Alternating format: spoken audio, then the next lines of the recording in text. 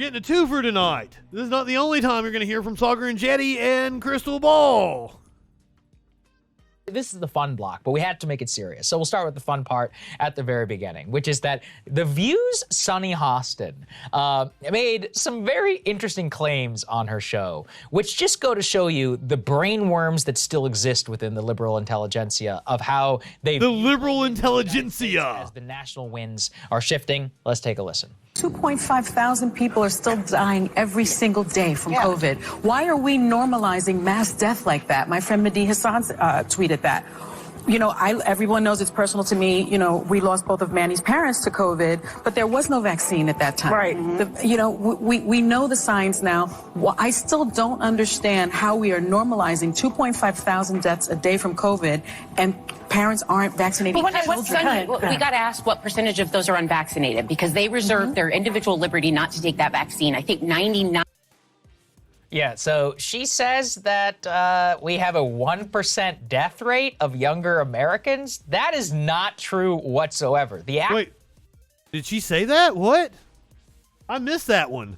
Actual number is 0.008%. So once again, these people are dramatically overstating what the actual threat to COVID is to you in your life, especially if you have a dose of the vaccine. And this is wildly out of step with the— Wait, what? Did she say that? She was talking about 2.5 thousand people, about 2,500 people dying a day. I think it was something like 2,300, 2,200 yesterday. This might have been a couple of days ago when that actually aired. What?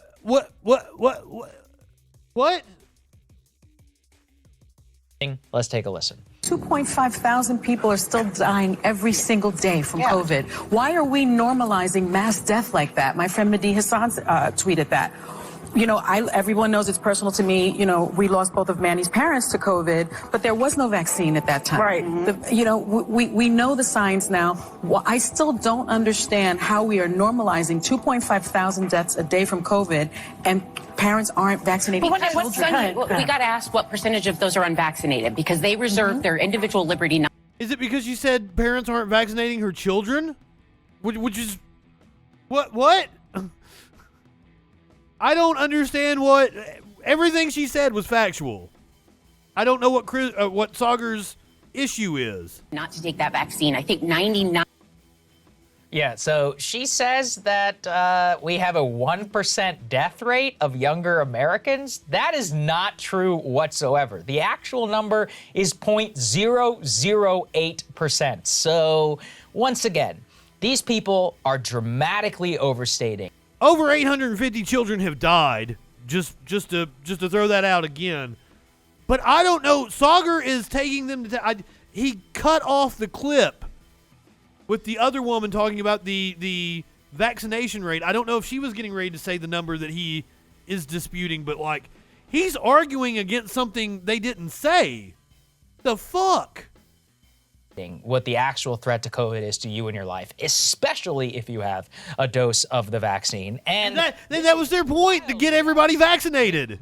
Not just American people, but now the Democratic governors of the United States in some of the bluest places in the country. But where does it come from, Crystal? Which is that the Biden administration has missed a tremendous opportunity, in my opinion, by not reining in their CDC and Dr. Fauci. So the CDC yesterday effectively rebuked the Democratic governors. Let's put this up there on the screen. They said, our hospitalizations are still high, our death rates are still high, so we work towards that and we are encouraged by current trends. We are not there yet. She was asked specifically about the Democratic governors dropping their mask mandates. So you see here that the CDC continues to encourage wearing masks not only indoors, but also in public outdoors, which is absolutely bonkers from a not just public opinion perspective, but also from a public health perspective. Why? What they've admitted around cloth masks and their own efficacy. Won't go too far for the YouTube gods. But I find it crazy that the CDC and the White House, Joe Biden just tweeted yesterday, wear a mask in public, are not clearly trying to get ahead of where not only public opinion has long been, but Democratic opinion has been. Well, The fuck is he talking about? you know, and you're not, you're crazy. and I don't know what to Oregon tell and you. New York. What's happening? Well, first I want to start by speaking to Sunny's claims here because I have deep concerns about the anti-vax misinformation that she is spreading about the efficacy of the vaccines and the COVID misinformation that she is spreading about the true risk to children. And I say this in jest. Maybe we should start like a campaign. Did she say something about children? The clip that they played doesn't match what they're arguing. Am I missing something, guys? Chat, please. Correct me if I'm wrong on this. Did she say anything about children? As they're doing a video about misinformation, they are completely misrepresenting what someone said. What the fuck? Campaign to censor or ban, you know, Yeah, we should. Yeah. other artists should pull their shows from the platform. From How Disney. can you support? ABC is owned by Disney. That's true. Yeah, boycott How can you Encanto. support this type of COVID misinformation? I think it's outrageous. But I do want to say, I mean, you wonder why you have young people who feel themselves, their judgment of their own risk is actually greater than the judgment of elderly people. which is nuts. And you wonder why there are such... And it's not just about the individual when we're talking about herd immunity. Here's my fucking Ben Shapiro tweet. I'm gonna go ahead and let them play while I look this up. Super intense feelings about what happens with school shutdowns and what happens with masking in schools. And part of it is because there has been mass media propaganda that has been inaccurate and has not helped people truly understand and accurately weigh the risks that exist to their children. There's a cost to that. And there's been this assumption from liberals and from corners of the left that you can't possibly be too safe, that it's sort of okay to have misinformation as long as it's in the direction of overstating Safetyism, the risk of COVID and safetyism. And there's not an acknowledgement. It's not about individual risk. It's about reaching herd immunity so we can move on from this shit. Ben Shapiro understood that 7 years ago. Spent the day watching my fully vaccinated 13-month-old cough until blue with pertussis because others didn't get vaccinated. Thanks, dolts.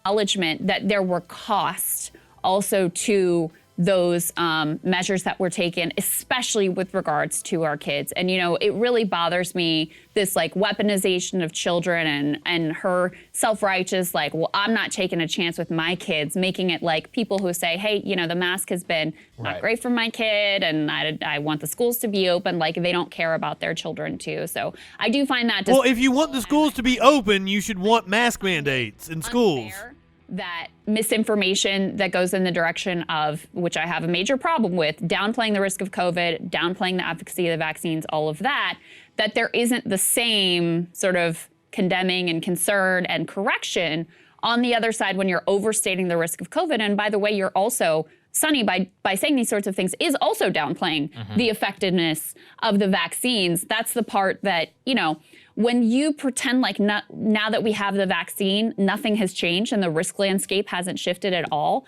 that is also sort of like anti-vax misinformation, honestly. And if you're ignoring the fact that it's not the height of people dying, but it's damn fucking close to it right now. More people died from the Omicron wave. More people died in 2021 than in 2020. Like, we're not out of the woods yet. 2,500 people a day. Still.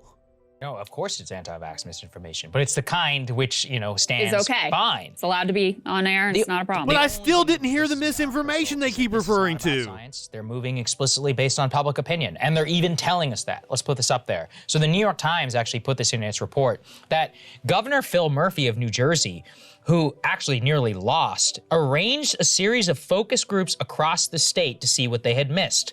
Check this out. Mr. Murphy's advisors were struck by the findings.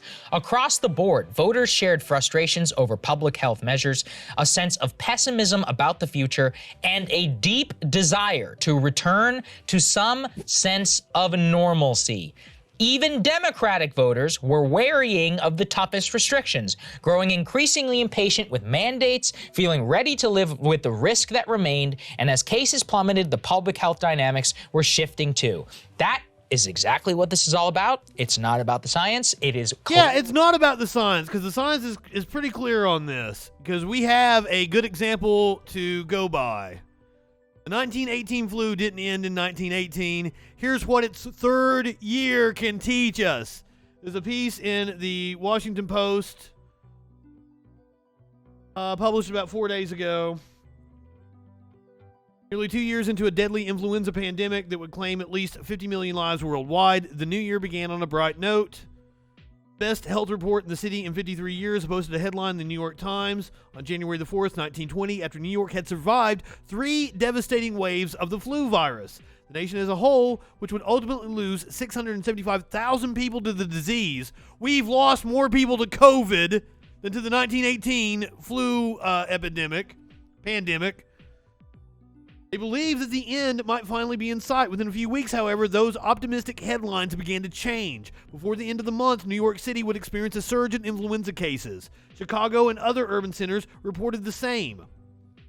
Residents should prepare themselves for an influenza return, New York City Health Commissioner Royal S. Copeland warned. He predicted that the virus variant responsible for the surge would be milder, and that those who had fallen ill the previous year would be immune. He was wrong, at least in part. While many places worldwide did not see a fourth wave of the great influenza pandemic, several metropolises, including New York City, Chicago, and Detroit, had another deadly season in store.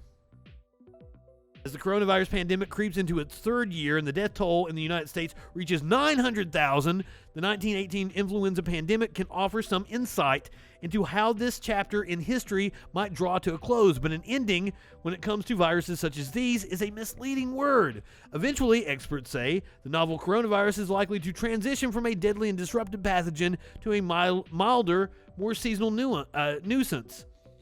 In the meantime, though, the country's experience a century ago suggests we could be in for a lot more pain, especially if we let our guard down. So I highly recommend you reading this piece. I read it earlier this morning. That's what was on the top of my mind. It was about them lifting the restrictions and then seeing another wave. About the general shifting public opinion, not only amongst Republicans and not even independents, but almost half of Democrats as well. Vast majority of the public feels exactly as you do. And the problem is that what's now happening is the most disgusting about face I have ever seen. And this is best shown in the case of Dr. Leana Wen, who she's frequently appeared on CNN. She was one of the first people to push masks for all, including mask mandates across the country, but in recent weeks has been one of the chief opponents of restrictions. Why exactly? Because she's a party activist. And National Review actually did a great write-up of this. Let's put this up there. Just 3 weeks ago, Dr. Leana Wen called for a tightening of mask policy, specifically saying that N95s and KN95s should be widely distributed and required in crowded indoor public settings. That is correct. And now, just 3 weeks later, she has gone out and written an op-ed in the Washington Post saying that we need to get rid of most pandemic restrictions.